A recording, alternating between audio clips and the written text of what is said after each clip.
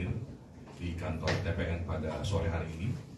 Nah, hari ini kita akan menyampaikan terkait dengan putusan MK yang baru saja selesai dibacakan. Kami dari TPN ada saya sendiri Tama Satria Langgun dari Partai Perindo, jubir TPN juga, ada Mas Ciko Hakim juga dari TPN juga dari PDIP, kemudian juga ada Mas Girza dari PDIP juga, kemudian ada Abrar, ini jubir milenial, Mas dari PDIP juga. Nah, untuk memulai pernyataan sikap yang akan kami sampaikan, saya akan berikan kesempatan kepada Mas Ciko terlebih dahulu.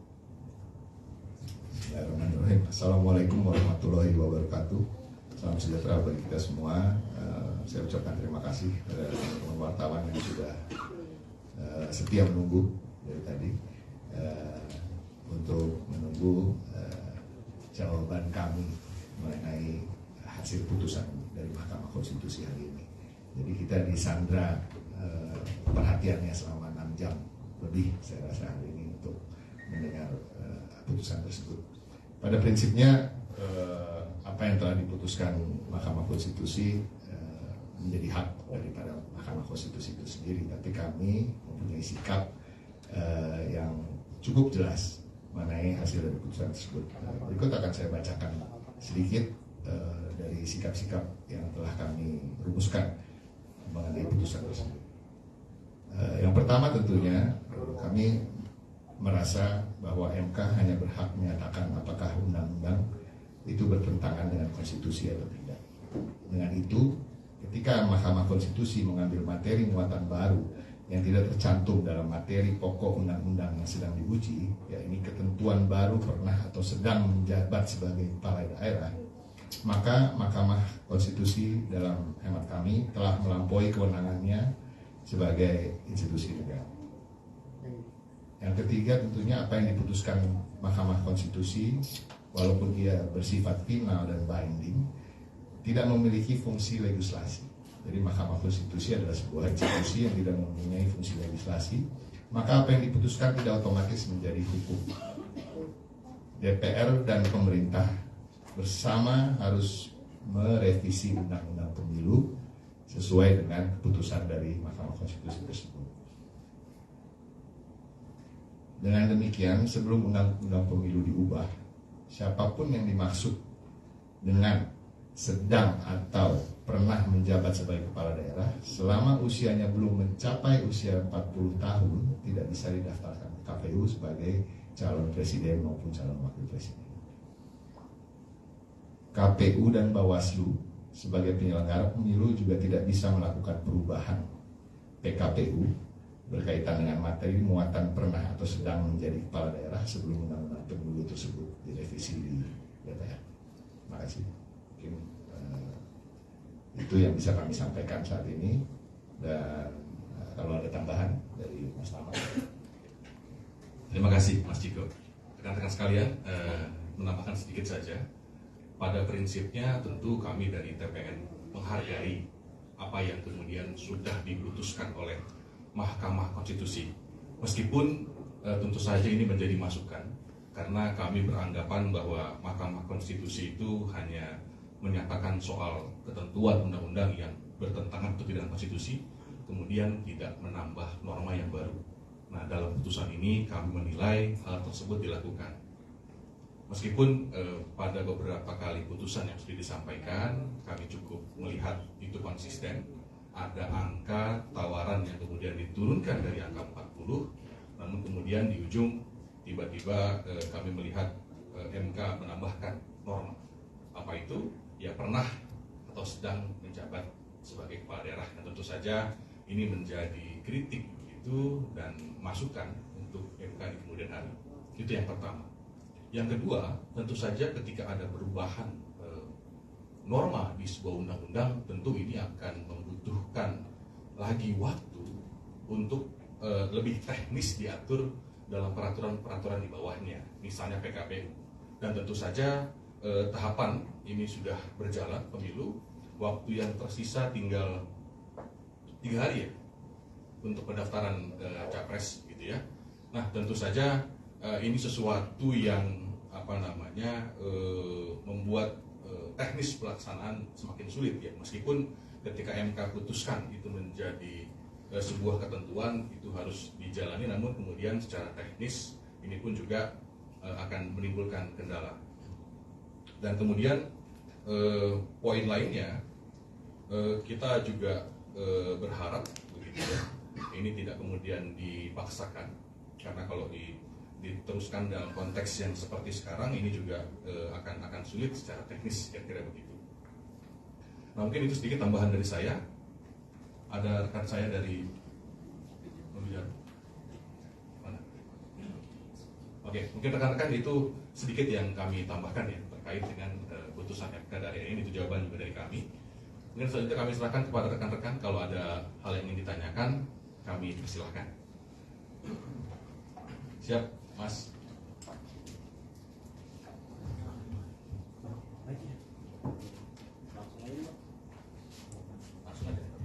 Pak, saya Rian dari Kompas.com. Ini kan berkaitan dengan putusan MK kan yang istilahnya membolehkan usia batas minimum cawapres itu 35 tahun. Nah, ini kan juga isu melebar itu ke pencalonan Mas Gibran menjadi pendamping Pak Prabowo.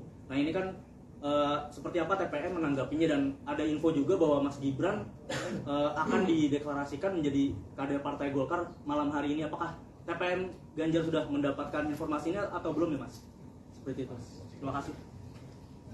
Jadi tadi pertanyaannya mengenai dikabulkannya gugatan yang mengenai pernah dan sedang menjabat atau sedang menjabat.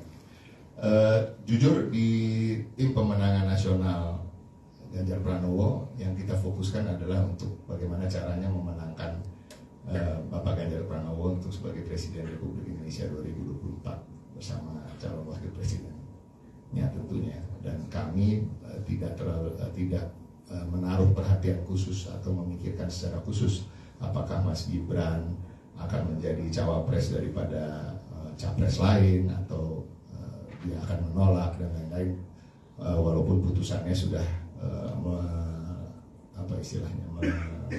memuluskan jalannya bila ia ingin menjadi calon wakil presiden daripada calon presiden lain. Saya rasa itu aja jawaban. Ya, silakan. Saya Gatot dari CNN Indonesia mau tanya apakah tanggapan ini merupakan tanggapan resmi dari partai-partai pendukung Pak Ganjar, dan bagaimana kalau nanti dari KPU meluluskan tambahan pasal tadi yang oleh MK. Sementara ini apa yang kami sampaikan di depan rekan-rekan wartawan adalah sikap resmi daripada tim pemenangan nasional Ganjar Pranowo TPN, sikap resmi dari partai-partai yang mendukung pencalonan Pak Ganjar Pranowo sebagai calon presiden. Nah, mengenai apa yang akan kami buat bila KPU meluluskan PKPU mengenai calon yang boleh mencalonkan dia cukup sedang atau tidak, sedang atau pernah menjabat sebagai kepala daerah, itu nanti kita akan bicarakan lagi kalau itu terjadi. Saya rasa sekarang juga karena ini kan hasil dari putusan ini kan baru tidak sampai 1 jam yang lalu ya. Jadi saya rasa rapat-rapat juga masih berlangsung, walaupun setelah putusan keluar ada sikap resmi yang telah kami katakan tadi. Mungkin ada tambahan dari Mas Tama. Terima kasih. Iya Mas, betul tadi melengkapi apa yang Mas Ciko sampaikan. Ini kan putusan baru ya, artinya kami juga belum ada pembicaraan lebih serius. Yang kami lakukan ini merupakan respon cepat terkait dengan permintaan dari rekan-rekan begitu ya, untuk melakukan siaran pers. Itu yang pertama. Yang kedua, memang terkait dengan pertanyaan tadi, itu kan juga menjadi hal yang berkembang di ruang publik ya. Ada yang bilang bahwa ini ada intervensi dan lain-lain sebagainya. Tentu saja kami tidak fokus ke sana. Kami tidak mengurusi itu. Tes. Oh. Kami tidak mengurusi itu. Kita fokus sesuai dengan arahan adalah memenangkan Mas Ganjar. Kita fokus di sana. Dan poin lainnya adalah soal asumsi atau dugaan-dugaan itu saya rasa biarkan saja, itu adalah hak publik begitu untuk melakukan penilaian, dan tentu saja itu ujungnya juga ada pada Mas Gibran sendiri. Apakah kemudian dia akan mengiyakan hal tersebut atau tidak. Jadi tidak ada dari kami kemudian secara kewajiban begitu menjelaskan, mendetailkan terkait dengan hal tersebut. Karena tetap fokus kami adalah bagaimana kemudian kita memenangkan Mas Ganjar, kemudian juga bagaimana kerja-kerja kita di akar rumput begitu bisa mendorong secara signifikan suara Mas Ganjar untuk memenangkan kontestasi pada 2024 nanti. Demikian. Mungkin ada lagi, atau kalau belum mungkin saya bisa tambahkan. Sebenarnya ini bukan tambahan, melainkan sedikit penekanan ya dari poin-poin yang saya sampaikan di awal tadi, bahwa yang secara hukum yang kita yakini dari tim pemenangan nasional Ganjar Pranowo ini, bahwa ketika MK telah mengambil materi muatan baru tersebut, ini kami menganggap bahwa MK telah melampaui kewenangannya. Dan poin berikutnya adalah sebelum undang-undang tentang pemilu ini direvisi di legislatif atau di DPR, siapapun yang dimaksud dengan pernah menjabat sebagai kepala daerah maupun sedang menjabat sebagai kepala daerah tidak bisa mendaftarkan dirinya sebagai calon presiden maupun calon wakil presiden. Nah itu adalah pandangan kami soal hasil putusan. Ada pertanyaan lagi? Mas, Yes. saya melihat dari antara yang pertama apa upaya dari TPN kan ini menolak nih secara tegas, tadi kan MK melampaui kewenangan dengan membolehkan kepala daerah itu. Upaya kita dari TPN apa jika seandainya Pak Prabowo nanti bersama Mas Gibran mendaftar ke KPU, kan KPU juga merevisi PKPU-nya, padahal putusan MK sumir ini kalau TPN melihat. Tentunya gini, kami kalau dibilang menolak itu kata yang lain dengan apa yang kami sampaikan sebenarnya. Kami mengkritisi karena dari pandangan hukum yang kami fahami bahwa MK telah melampaui kewenangannya. Nah, mengenai apa yang akan kami lakukan tentunya akan kami pikirkan kembali dan akan dirumuskan kembali oleh tim upaya-upaya apa yang akan kami lakukan. Mungkin Mas Tama ada tambahan. Oke Mas, poinnya sebetulnya yang kami sampaikan kan kekecewaan. Tapi pada prinsipnya, ya kita sebagai warga negara yang baik, sebagai peserta pemilu juga tentu menghargai putusan dari Mahkamah Konstitusi.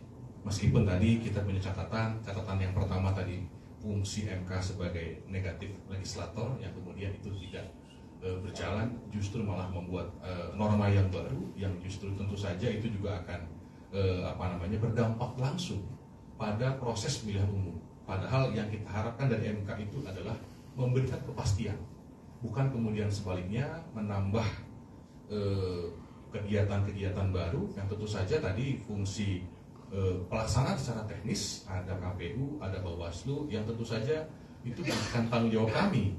KPU harus menjawab, Bawaslu harus menjawab.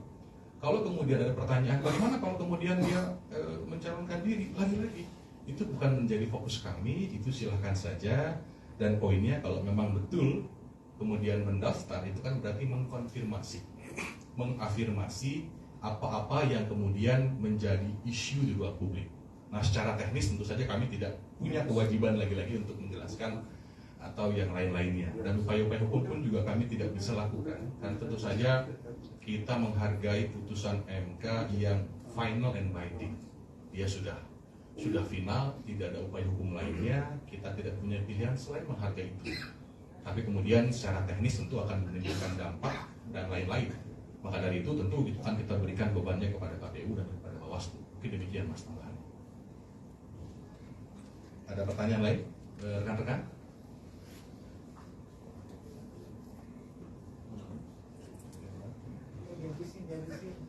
Jangan doorstop. Ya habisin di sini aja.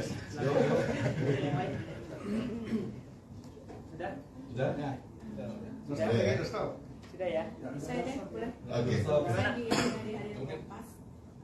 Nanti dampak dari putusan MK ini apakah akan mempercepat pengumuman cawapres dari Pak Ganjar sendiri, karena TPN kan fokus di pemenangan ya, akan ada dampaknya karena pendaftaran tinggal sebentar lagi. Terima kasih. Gini, pendaftaran kan dimulai kalau nggak salah tanggal 19 ya. 19 sampai dari waktu 1 minggu saya rasa. Ya. Jadi belum tentu juga kami akan mengumumkan sebelum atau bahkan di awal pendaftaran. Dan ini sama sekali seperti saya ulangi beberapa kali tadi bahwa ini sama sekali tidak berdampak pada apa yang telah menjadi fokus daripada tim pemenangan nasional. Jadi sama sekali tidak berdampak apa-apa bahwa kami akan mengumumkan lebih cepat atau belakangan dan lain-lain. Jadi tetap sama, kita punya schedule sendiri dalam pergerakan kita dan semoga itu menjadi yang terbaik bagi kita. Mungkin tadi tambahan sedikit Mas terkait dengan situasi yang ada sekarang. Ada poin lain adalah soal ya kalau kemudian memang harus dia berjalan secara teknis itu harus ada revisi undang-undang dulu gitu ya Mas ya. Dan kalaupun memang mau berjalan ya mungkin di periode selanjutnya kira-kira begitu. Poin yang kedua juga ada penekanan juga kepada KPU yang kemudian dia harus buat PKPU dalam waktu 3 hari. Saya rasa itu sesuatu yang KPU punya tugas yang banyak menurut saya. Dan saya juga menilai bahwa judicial review yang hari ini dilakukan itu tidak ada sesuatu yang sifatnya urgent, sesuatu yang genting atau mengancam jalannya pemilu. Jadi kami tidak melihat sesuatu yang urgent begitu ya. Mungkin itu sedikit dari saya. Terima kasih. Oke, ada lagi? Ada pertanyaan lagi kan? Oke, siap Mas. Kata Presiden mau nanya, ini apa yang ditunggu sebetulnya untuk mengumumkan calon wakil presiden? Karena juga tadi sudah dinyatakan oleh Ibu, itu adalah hak prerogatif Bu Mega, katanya seperti itu. Nah, sebetulnya dari TPN nih, apakah seperti itu, seperti yang dinyatakan Bu Mega? Sebenarnya yang ditunggu gini, karena calon-calon wakil presiden yang digodok di TPN sekarang ini, yang menurut kami adalah putra putri bangsa Indonesia yang terbaik, itu semuanya bagus. Gitu. Jadi kalau semuanya bagus kan emang membutuhkan waktu yang cukup lama untuk kita menentukan. Semuanya lebih banyak plusnya daripada minusnya. Jadi sebenarnya hanya masalah itu. Jadi tidak ada masalah bahwa hari ini sebenarnya kami sudah mempunyai calon wakil presiden atau Bu Mega sudah mengantongi satu nama. Bukan karena itu, tapi memang kita betul-betul karena ini untuk bangsa dan negara, Mas. Jadi untuk bangsa dan negara, TPN dan Mas Ganjar sendiri tentunya ingin memberikan yang terbaik. Jadi pasangan itu bukan pasangan yang main-main, tapi orang yang mempunyai kualitas tentunya sama atau minimal hampir sama dengan calon presiden. Kira-kira begitu. Ya, kalau dari kami tambahan ya mungkin Mas terkait dengan penentuan tersebut kan tentu itu harus dibicarakan di tingkat kerjasama partai ya, ada partai-partai koalisi, partai-partai pendukung Mas Ganjar yang memang harus bicara. Dan hari ini kami di TPN hanya mendapatkan mandat menjelaskan terkait dengan putusan MK. Jadi itu aja Mas, terima kasih. Oke, ada yang lain? Ada yang lain? Oke. Cukup? Ya, cukup. Oke, kalau begitu terima kasih rekan-rekan atas kehadirannya, juga sudah menunggu respon dari kami terkait dengan putusan MK pada sore hari ini. Terima kasih. Wassalamualaikum warahmatullahi wabarakatuh. Selamat sore, salam sejahtera untuk kita semua, salam sehat. Terima kasih.